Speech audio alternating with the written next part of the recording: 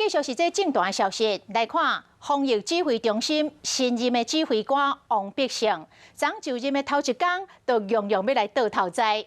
先是甲这个蔡总统讲做赖总统，病院完工的日期嘛讲唔对去。刷来记者会，记者甲问讲，进前有小三的迄件代志，太太有2届也袂咧，甲问3届，伊拢袂回应，是赶紧甲记者会来甲结束。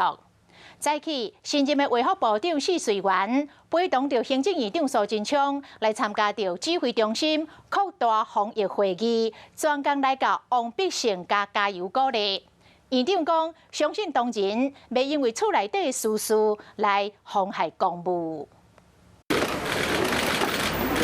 新冠上任3百会，新任卫福部长许瑞元19号透早陪行政院长苏贞昌参加指挥中心扩大防疫会议，而且还有新任指挥官王必胜、行政院首席防疫顾问张尚顺等等。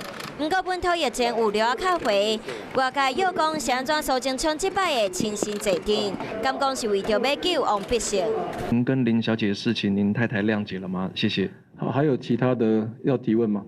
那如果没有的话，我们今天记者会就到这边结束。记者会上，访问到家己的绯闻事件，几若摆敢若有淡薄记载袂掉，而且一开始的交接仪式有12分钟，互外界批评伤过长，加上同一天透早参加公开活动，各甲总统说啥讲唔对，有未少状况。我们看到所有的人都实在是没日没夜的拼，没日没夜的做，我非常的肯定他们。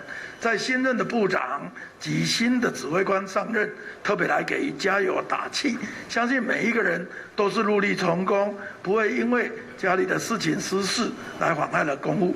边个王必胜头了咧咧，敢若是要暗砍情绪，甚至个传大开。